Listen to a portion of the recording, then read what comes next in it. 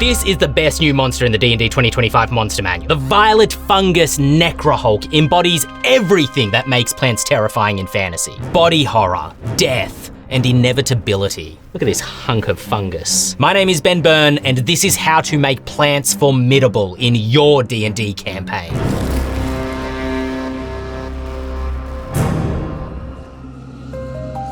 Fungus is disturbing. It thrives by consuming decay. It spreads its furry, sticky, scabrous growths across everything it touches, turning it all to grey, green, and black. But fighting a mushroom that's wielding a sword isn't particularly frightening. What's disturbing is how a fungus could be growing inside you at this very moment. Perhaps you breathed in the spores in a narrow dungeon passage. Maybe you touched a sticky cavern wall and now it's worming its way beneath your skin. How long until you notice the moldy green scabs? When do tubular growths start populating your skin? Is it colonizing inside your brain, affecting your thoughts? It's not enough for a plant monster to challenge your D&D party in combat. You must confront your players with the reality that nature is inescapable. Fungus, and indeed all plant life, thrives by devouring other life forms. They invade the body to slowly dissolve and absorb it. And there's something Lovecraftian about that. A bloated mass of fungus is what we are all doomed to become. For some of us, that fate could be close at hand, which brings us back to the Violet Fungus Necrohulk. The Necrohulk is a CR7 plant monster made from a mound of cadavers grafted together by colonizing fungus. It's basically the horrific Rat King from The Last of Us Part 2. It is a contortion of flailing limbs molded together by fungal strands and pustules, and it wants to make you part of its bloated mass. The Necrohulk can throw spore bombs, inflicting up to 8d6 necrotic damage on multiple creatures who fail a con save, breathing in the carnivorous spores. And failing that save also means that you're poisoned, and you cannot regain hit points while poisoned, as the spores fester in your lungs and germinate your open wounds. In addition to all of that, the Necrohulk can also use a bonus action to absorb a body. If you're within 5 feet, you must succeed a DC 15 strength save or be absorbed. And whilst absorbed into the Necrohulk, you're restrained among the decay as the fungus begins to grow upon your skin. If you die here, you become part of the Necrohulk's mass. And the way that this thing attacks embodies the goal of all fungus and plant life. It's trying to devour you, and that is what makes plants frightening. You should run myconids in the same way if you want your campaign to have a dark fantasy atmosphere. Instead of quaint, benign, animated mushrooms, make myconids the result of flesh-devouring spores. Each myconid was once a living person turned into a fungal horror, now far enough in their transformation to spread spores themselves, kind of like how the cordyceps works, or not dissimilar to the life cycle of the Flood from Halo. Perhaps your players need to stop a contagion of myconids from turning an entire city into a fungal terrarium. That said, the myconid stat blocks from the Monster Manual don't really support this campaign idea. But Tome of Beasts from Kobold Press, which is available on their website, or you can actually get it from D&D Beyond, adds the slightly more aggressive Death Cap myconid. But it also has the way better Mind Rot Thrall, whose lore and stat block reflect exactly the flesh-consuming narrative that makes fungal plants formidable. This CR3 monster has a fungal aura and a spore breath action, both of which inflict the Mind Rot disease that starts in the brain before transforming the entire host's body. And in D&D 2024, diseases aren't easy to remove if you treat Mind Rot like it's a magical contagion, as described on page 61 of the new Dungeon Master's Guide. That's right, in D&D 2024, lay on hands and restoration no longer cure diseases. In fact, the word disease doesn't actually show up in the new Player's Handbook or Dungeon Master's Guide. But diseases are a different video. Comment below if you want a video on diseases. Tome of Beasts also includes the formidable CR9 Vine Lord, who could act as a plant-themed villain for an entire arc of your campaign. The Vine Lord inflicts a vine seed disease similar to mind rot, but which takes root beneath your skin before slithering vines grow throughout your entire body. The Tendril Puppet is a humanoid victim turned plant minion of the Vine Lord, and the Vine Lord Troll Skeleton is a CR9 bruiser, helping you create dynamic combat encounters themed around this monster. The Vine Lord and its minions have a slightly more foresty theme to them than the fungal flesh eaters like the Mind Rot Thrall or the Violet Fungus Necrohulk, but they all capture the body horror of something growing inside you, something invading the self, and can be mixed and matched over the course of an entire campaign. Your party will inevitably need to face the dangers of the wilderness in your campaign, where they may face entirely different forms of formidable plants. There's a stream in the woods that carries a dark enchantment. Do not touch the water. Cross only by the stone bridge.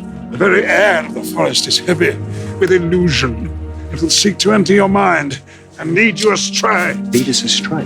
The forest represents danger to the folk who live in the safety of the village. Do not wander into the woods, or you may not come out. Little Red Riding Hood, Hansel and Gretel, and Bilbo Baggins were all warned about leaving the road in the forest, and were preyed upon by werewolves, witches, and spiders. But the forest has remained in human mythology as a place of intense danger, not just because of the creatures that lurk within, but because of the trees themselves. The trees of the forest are obscuring. Their branches block out the sun. Their trunks cast long shadows. They create an engulfing labyrinth you might never find your way out of. You can make the forest or jungle formidable in your adventure using nothing but the trees and the surrounding flora. Plant stat blocks make for fantastic traps and environmental hazards that feel more like exploration encounters than yet another roll for initiative combat encounter. One of my favorites is the Assassin Vine, which I believe last appeared in Tomb of Annihilation. It's actually honestly criminal that didn't make it into the 2025 Monster Manual. They have false appearance, as many plants do, making them undetectable as a danger until it's too late. It can lash out and grab a character like a trap triggering. One addition that you can make to the Assassin Vine is that any creature it has grappled is also choked and suffocated. This means they can't speak or cast spells with verbal components. And this encounter is also far more deadly because until the grapple ends, the victim will take on levels of exhaustion each turn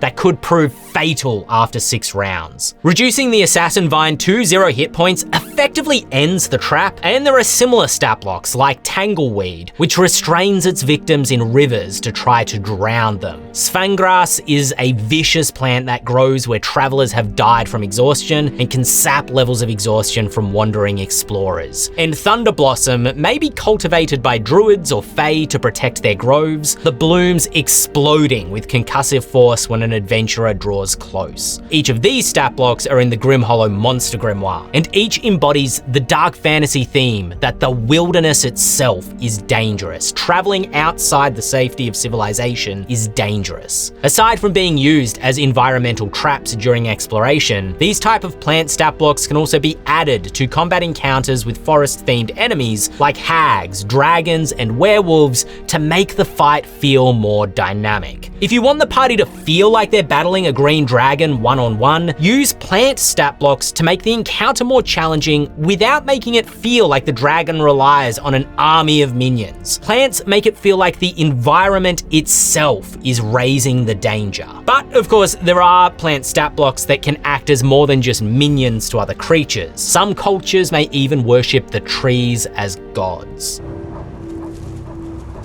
Take me to the tree.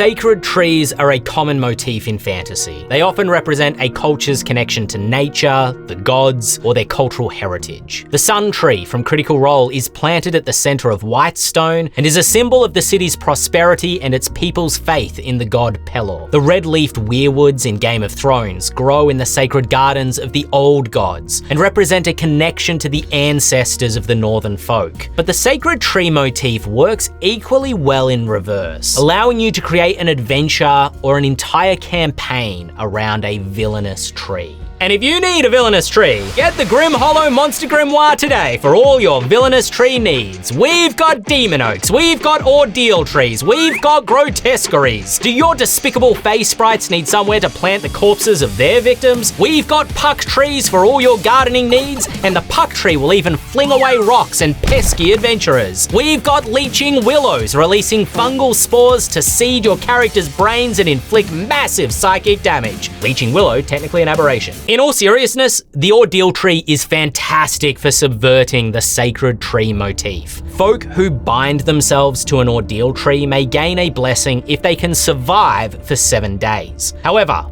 only those with evil in their hearts can gain such blessings. A village may unknowingly worship an ordeal tree, believing it's an old god who grants blessings to the worthy and therefore makes the village prosperous. A religious cult may take root among the villagers, the priests of the cult deciding who is worthy to bind themselves to the tree and who isn't. And those the ordeal tree kills instead of blessing are proclaimed by the cult as having been unworthy. An unwitting lie that is believed by everyone in the village. Will your party uproot the ordeal tree, ignoring the villagers' objections to save them from themselves? Or is it better to let the village live with their faith, unknowingly victims of a monster? A grotesquerie is another high CR monster created when a treant or dryad is corrupted by an aberration, like Hadar the Dark Hunger or the Great Beast. Grotesqueries have become aberrations, but still embody the themes of other formidable plant monsters, such as civilization being consumed by nature. A grotesquerie hungers endlessly and compels other woodland creatures to feed it by dragging carcasses or basically anything digestible into its open maw. A grotesquerie may have aberrated beasts, awakened plants, or even corrupted fae under its influence, allowing it to slowly digest an entire